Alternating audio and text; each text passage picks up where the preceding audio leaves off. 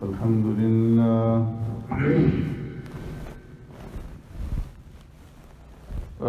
لله نحمده ونستعينه ونستغفره ونؤمن به ونتوكل عليه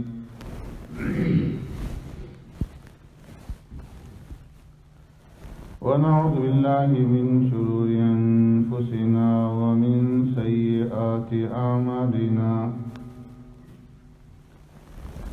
من يهده الله فلا مضل له ومن يضلله فلا هادي له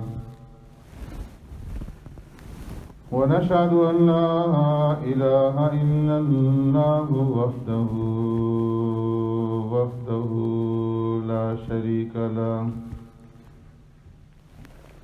ونشهد أن سيدنا وسندنا ونبينا ومولانا محمدا عبده ورسوله أرسله الله إلى كافة للناس بشيرا ونذيرا وداعيا إلى الله بإذنه وسراجا منيرا أما بعد فقد قال الله تبارك وتعالى في القرآن المجيد والفرقان الحميد فأعوذ بالله من الشيطان الرجيم بسم الله الرحمن الرحيم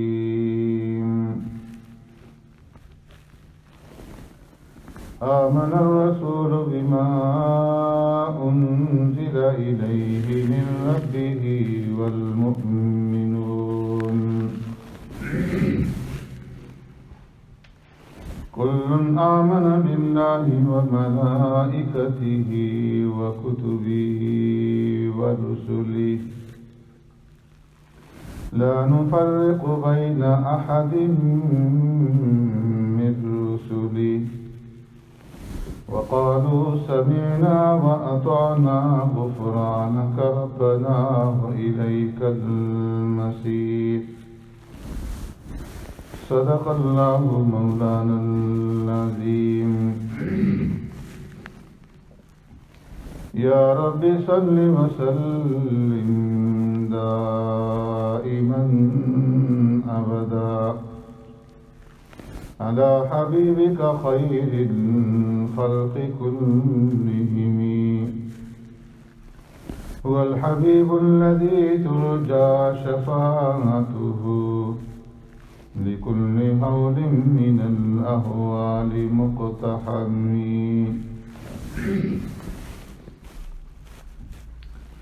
آمن الرسول ایمان لایا رسول بما انزل الیہ من ربہ اس پر جو اتارا گیا اس کی طرف اس کے پروردگار کی طرف سے والمؤمنون اور ایمان لائے ایمان والے کل آمن باللہ سب کے سب ایمان لائے اللہ پر وملائکتہ اور اس کے فرشتوں پر وکتبہ اور اس کی کتابوں پر ورسلہ اور اس کے رسولوں پر لا نفرق بین احد من رسلہ وہ کہتے ہیں کہ ہم نہیں تفریق کرتے اس کے رسولوں میں سے کسی کے درمیان میں بھی وقالوا سمعنا واطعنا اور کہا انہوں نے کہ ہم نے سنا اور ہم نے اطاعت اختیار کی غفرانک ربنا اے ہمارے پروردگار ہم آپ سے بخشش کا سوال کرتے ہیں وَإِلَيْكَ الْمَصِيرُ اور آپ ہی کی طرف لوٹ کر جانا ہے آمنت باللہ وبآیاتہ میرے محترم دوستوں، بزرگوں، بھائیوں،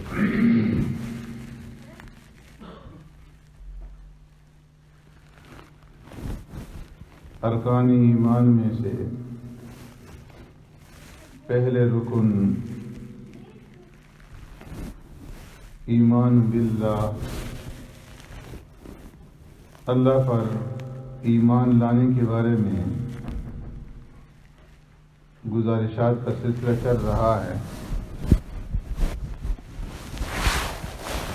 کہ آمن باللہ سے مراد یہ ہے کہ انسان اس بات کا اعتقاد، یقین اور عقیدہ رکھے کہ ساری کائنات کا رب اکیلا اللہ ہے، اور اکیلا وہ اس کائنات کا خالق اور مالک ہے، متصرف فی الامور ہے، تمام کاموں کے اندر، تمام امور کے اندر وہ اکیلا تصرف کرتا ہے۔ وہ جسے چاہے عزت دے دے، جسے چاہے ذلت دے دے، اسی کے قبضہ قدرت کے اندر سب کچھ ہے۔ وہی تمہارا بھی خالق ہے، تمہارے آباء و اجداد کا خالق، اور اس ساری کائنات کا وہ خالق ہے، تو اس لیے عبادت کے لائق بھی صرف اسی کی ذات۔ فرمایا یا ایھا الناس اعبدوا ربکم، اے ساری دنیا کے انسانوں تم عبادت کرو اپنے رب کی۔ کون سا رب؟ الذی خلقکم، وہ رب جس نے تمہیں پیدا کیا، والذین من قبلکم لعلکم تتقون، اور نہ صرف تمہیں پیدا کیا بلکہ تم سے پہلے جو لوگ تھے، تمہارے آباء و اجداد، ان سب کا خالق وہ رب ہے۔ اس رب کی عبادت کرو تاکہ تم پرہیزگار بن جاؤ۔ کیسا رب؟ الذی جعل لکم الارض فراشا، کہ جس رب نے زمین کو تمہارے لیے بچھونا بنا دیا، والسماء بناء، آسمان کو چھت بنا دیا، وانزل من السماء ماء، آسمان سے اللہ نے پانی اتارا بارش کی شکل میں، فاخرج به من الثمرات رزقا لکم، اور پھر اللہ رب العزت نے اس پانی کے ذریعے سے تمہارے لیے مختلف قسم کے پھل نکالے جو تمہارے رزق اور تمہارے روزی کا کام دیتے ہیں۔ فلا تجعلوا للہ اندادا وانتم تعلمون، اس لیے اس رب کے ساتھ کسی کو ساجی اور شریک مت ٹھہراؤ جبکہ تم جانتے ہو۔ تو فرمایا کہ وہ تمہارا رب ہے، اس لیے صرف اسی کی عبادت کرو، اور وہی تمہارا روزی رساں ہے، تمہیں رزق دینے والا ہے۔ وما من دابة في الأرض إلا على الله رزقها ويعلم مستقرها ومستودعها كل في كتاب مبين، جو بھی اس روئے زمین کے اوپر اس کائنات کے اندر چلنے پھرنے والے جاندار ہیں، إلا على الله رزقها، ان تمام جانداروں کی روزی کی ذمہ داری، رزق کی ذمہ داری اللہ رب العزت کی ہے۔ وَيَعْلَمُ مُسْتَقَرَّهَا وَمُسْتَوْدَعَهَا، اللہ رب العزت ان کے رہنے سہنے کے ٹھکانے کو بھی جانتے ہیں، اور ان کو جو چیز مہیا کرنی ہے اس جگہ کو بھی جانتے ہیں۔ كُلٌّ فِي كِتَابٍ مُبِينٍ، یہ سب کا سب اللہ رب العزت کی واضح اور کھلی کتاب کے اندر جو ہے وہ درج۔ ایسی ذات ہے کہ اگر اس کی قدرت کے اندر غور و فکر کیا جائے، اس کی وحدانیت کے اندر، اس کی یکتائی کے دلائل کے اندر، تو میں جتنا انسان اس کی وحدانیت، اس کی الوہیت، اس کی ربوبیت اور اس کی معبودیت کے دلائل کے اندر غور و فکر کرے گا، اس کے علم کے اندر پختگی پیدا ہوتی چلی جائے گی، اس کا اعتقاد اور اس کا یقین مضبوط سے مضبوط تر ہوتا چلا جائے. اللہ رب العزت کہ جتنی بھی قدرت کے دلائل ہیں فرمایا کہ انگنت اور بے شمار، زمین اور آسمان کی تخلیق، اور پھر چاند اور سورج اور ستاروں کا پیدا کرنا، پھر جاندار جانور، حشرات الارض، چرند پرند درند، جمادات نباتات، شجرات جمادات حجرات، یہ جتنے کی جتنی چیزیں ہیں فرمایا کہ ان ساری چیزوں کے اندر اس کی قدرت کے دلائل اور اس کی قدرت کی نشانیاں موجود ہیں. ایسی ذات ہے کہ اس کے ساتھ کوئی دوسرا ثانی اور شریک نہیں ہے. لو کان فیہما آلہۃ الا اللہ لفسدتا. یہ ساری کی ساری چیزیں، یہ ساری کی ساری کائنات، یہ ساری کی ساری مخلوقات، یہ سارا کا سارا نظام جو ایک باریک اور دقیق نظام ہے جو اپنے اپنے وقت پر سب کچھ ہو رہا ہے، یہ اس بات کی دلیل ہے کہ اس سارے نظام کو چلانے والی ذات ایک ہے، ایک اکیلی اللہ کی ذات ہے.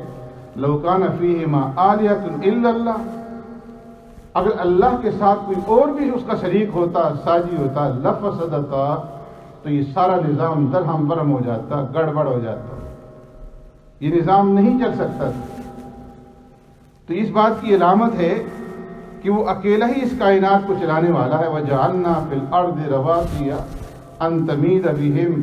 اس نے زمین کو پیدا کیا، اور زمین کو پیدا کرنے کے بعد جب زمین ہچکولے کھانے لگی تو اس نے اس کے اوپر رواسیہ، بڑے بڑے پہاڑ رکھ دیے، ان تمید بہم، تاکہ یہ زمین ہچکولے کھانا بند کر دے.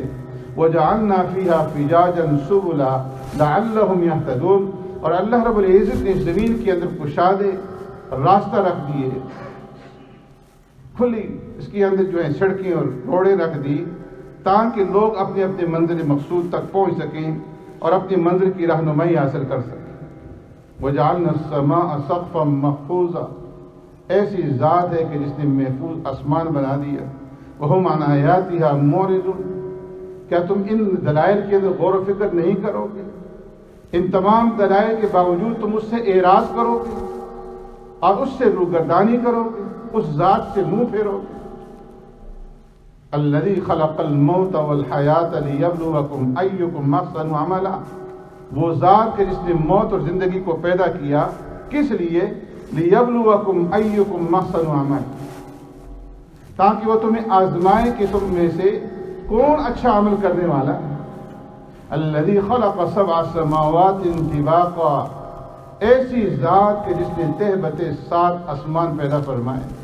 ما تری فی خلق الرحمن من تفاوت. ذرا نگاہ اٹھا کر کے دیکھو اللہ رب العزت کی اس تخلیق کے اندر، ان آسمانوں کی پیدائش کے اندر تمہیں کوئی جوڑ نظر نہیں آئے گا. اتنا بڑا آسمان، اتنی بڑی چھت، اور کوئی جوڑ اس کے درمیان میں نہیں.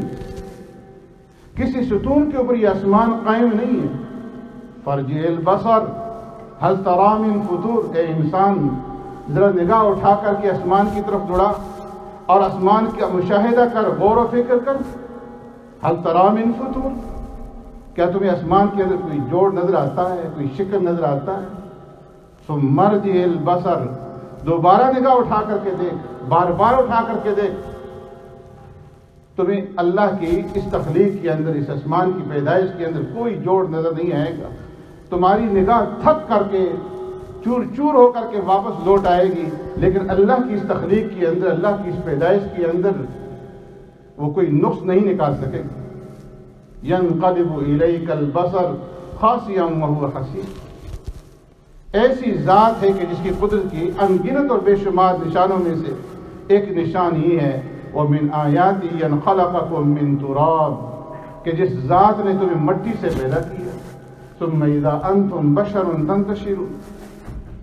اس کے بعد تم چنگے بھلے انسان بن گئے اور پورے روئے زمین کے اندر انسان بن کر کے تم چلتے پھرتے ہو. وَمِنْ آیَاتِهِ أَنْ خَلَقَ لَكُم مِّنْ أَنفُسِكُمْ أَزْوَاجًا. اس کی قدرت کے نشانیوں میں سے ایک نشانی یہ ہے کہ خلق لکم من انفسکم ازواجا، کہ رب العالمین نے تمہارے جن سے تمہارے لیے بیویاں پیدا فرما دی، لتسکنوا الیہا، تاکہ تم ان کے پاس سکون حاصل کر سکو، وجعل بینکم مودۃ ورحمہ، اور اللہ رب العزت نے تمہارے درمیان میں محبت اور رحمت پیدا فرما دی، کہ جب نکاح کے دو بول بولے جاتے ہیں تو اس کے بعد ایسا تعلق دونوں کے اندر قائم ہوتا ہے کہ کسی دوسرے کے اندر ایسا تعلق نہیں ہوتا، ایک کی خوشی دوسرے کی خوشی، ایک کی غمی دوسرے کی غم۔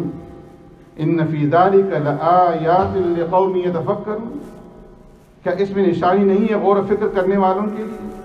ومن آیات خلق السماوات والارض، اس کی قدرت کی نشانیوں میں سے آسمانوں کا پیدا کرنا ہے، زمین کا پیدا کرنا ہے، واختلاف السنتکم والوانکم، اور اس کی قدرت کی نشانیوں میں سے تمہاری زبانوں کا مختلف ہونا ہے، کہ قسم قسم کی زبانیں دنیا کے اندر بولی جاتی ہیں، حالانکہ سب کے سب آدم علیہ السلام کی اولاد میں سے۔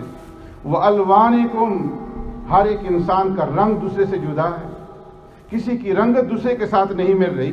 ان فی ذلک لآیات للعالمین، اس کے اندر جہان والوں کے لیے اللہ کی قدرت کی نشانی موجود نہیں۔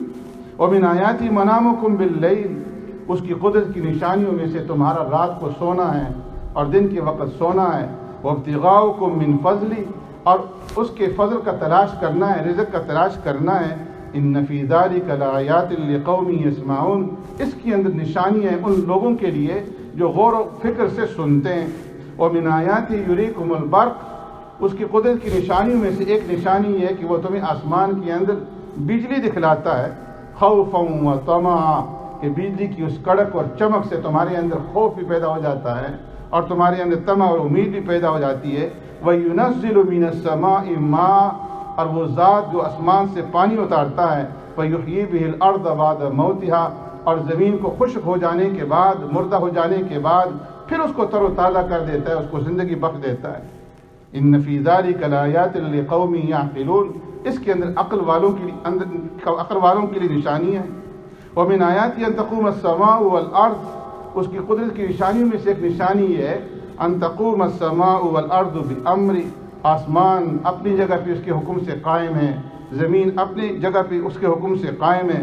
ثم اذا دعاکم دعوة من الارض اذا انتم تخرجون، پھر ایک وقت آئے گا کہ اس زمین کے اوپر سے آواز لگائی جائے گی اور تم سب کے سب زمین کے نیچے سے دوبارہ اٹھ کھڑے ہو جاؤ گے، دوبارہ زندہ ہو جاؤ۔ یہ سب کی سب اس کی قدرت کی نشانی ہے۔ وہ ایسی ذات ہے وَإِنَّ لَكُمْ فِي الْأَنْعَامِ لَعِبْرَةً، کہ جو تمہیں تمہارے جانوروں سے، دودھ والے جانوروں سے تر و تازہ، عمدہ، بہترین قسم کا دودھ پلاتا ہے۔ نسقيكم مما في بطونه من بين فرث ودم لبنا خالصا سائغا للشاربين، ایسا خالص دودھ کہ جو جب انسان پیے تو پینے والے کو جو ہے اس سے بہترین ذائقہ حاصل ہو، اور صرف ذائقہ ہی نہیں ملتا، صرف وہ بہترین قسم کا مشروب نہیں ہے، بلکہ فرمایا کہ دودھ ایک ایسی چیز ہے کہ جس سے انسان کی پیاس بھی بجھتی ہے اور انسان کی بھوک جو ہے وہ بھی مٹتی ہے۔ پیارے پیغمبر صلی اللہ علیہ وسلم نے ارشاد فرمایا کہ غذاؤں میں سے دودھ ایک ایسی غذا ہے کہ اس سے انسان دونوں چیزیں جو ہے وہ حاصل کر لیتا ہے، غذا کا کام بھی اور مشروب کا کام جو ہے وہ بھی اس دودھ سے لے لیتا ہے۔ اور فرمایا کہ اس کی قدرت کی نشانیوں میں سے ایک نشانی ہے وَأَوْحَىٰ رَبُّكَ إِلَى النَّحْلِ أَنِ اتَّخِذِي مِنَ الْجِبَالِ بُيُوتًا وَمِنَ الشَّجَرِ وَمِمَّا يَعْرِشُونَ، شہد کی مکھی ہے کہ شہد کی مکھی کے اندر اللہ نے اپنی قدرت کی بے شمار نشانیاں رکھتی ہیں، کہ اللہ رب العزت نے اس کو وحی کی، فطرتی طور پر اسے حکم دیا ان اتخذی من الجبال بیوتا، کہ اے شہد کی مکھی تم اپنے رہنے سہنے کے لیے پہاڑوں کے اندر اپنا چھتا بناؤ، گھر بناؤ، ومن الشجر، درختوں کے اوپر اور انگور کی بیلوں کے اوپر، ومما یعرشون، اور جو انسان اپنے لیے مکانات بناتے ہیں ان بڑے بڑے مکانوں کے اندر اپنے لیے چھتا بناؤ، اپنا گھر بناؤ۔ اب جب وہ گھر بناتی ہے تو ایسے عمدہ طریقے سے گھر بناتی ہے کہ انسان جب اس کے اندر غور و فکر کرتا ہے، انسانی عقل جو ہے وہ دنگ اور حیران رہ جاتی ہے کہ بڑے سے بڑا انجینئر جو ہے اس طریقے سے وہ نہیں بنا سکتا جس طرح شہد کی ایک مکھی بناتی ہے۔ اس کے جتنے بھی خانے ہوتے ہیں سارے کے سارے خانے جو ہیں وہ برابر ہوتے ہیں، اور اس کے اندر ذرہ برابر جگہ جو ہے وہ ضائع نہیں بنتی۔ اس کے 8 پہلو ہوتے ہیں، 8 پہلوؤں کے اوپر اس کا جو دائرہ بنتا ہے تاکہ کوئی جگہ خالی نہ رہے۔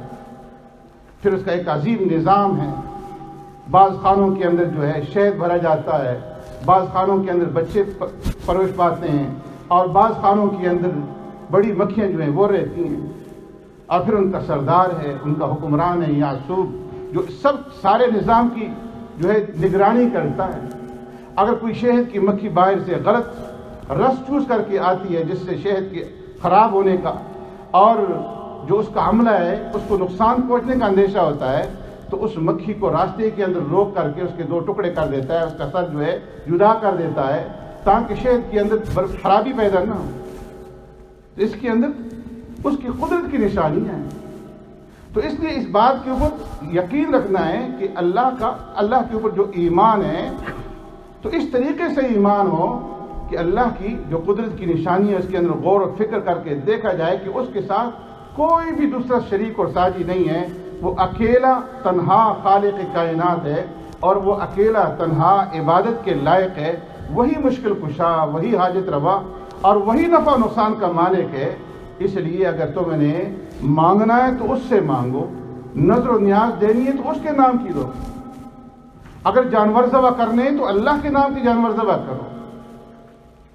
وہ شرک کو کسی طریقے سے پسند نہیں فرماتا۔ ان اللہ لا یغفر ان یشرک بہ ویغفر ما دون ذلک لمن یشاء۔ مشرک کی وہ کبھی مغفرت نہیں فرمائے گا، مشرک کی بخشش نہیں ہوگی جو اس کے ساتھ کسی اور کو شریک اور ساجی ٹھہرائے، کسی اور کو مشکل کشا اور حاجت روا اور نفع و نقصان کا مالک سمجھے، کسی اور سے اولاد مانگے، کسی اور سے عزت مانگے، کسی اور سے شفا مانگے، کسی اور سے صحت کا سوال کرے، یہ اس کو پسند نہیں، یہ اس کو برداشت نہیں۔ انا اغنى الشركاء من الشرك، شرک کسی صورت میں رب العالمین کو پسند نہیں ہے، شرک کو برداشت نہیں کر سکتا۔ اس لیے مانگنا ہے تو اس سے مانگو۔ اسی کی انبیاء علیہ السلام نے تعلیم دی، اذا استعنت فاستعن باللہ، کہ جب تم نے مدد مانگنی ہے تو اللہ سے مدد مانگو۔ واذا سألت فاسأل اللہ، سوال کرنا ہے تو اللہ رب العزت سے سوال کرو۔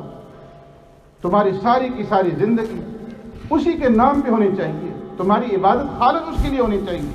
وما امروا الا ليعبدوا الله مخلصین له الدین حنفاء، بالکل یکسو ہو کر کے خالص اس کی عبادت کرو، اس کے ساتھ ذات میں، صفات میں، افعال میں کسی دوسرے کو شریک اور ساجی مت ٹھہراؤ۔ وہی تمہارے سب کچھ بنانے والا ہے اور وہی بگاڑنے والا ہے، اسی کے ہاتھ میں اس کے دست قدرت میں سب کچھ۔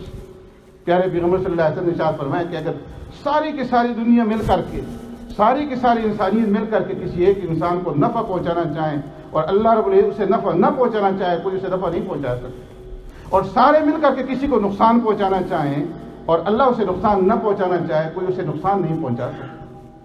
تو اس لیے آمن الرسول، ایمان باللہ جو ہے ایمان کے 6 ارکان میں سے سب سے پہلا رکن وہ ایمان باللہ ہے کہ اللہ کے اوپر ایمان ہو تو کامل ایمان ہو، اس ایمان کے اندر نقص نہ ہو۔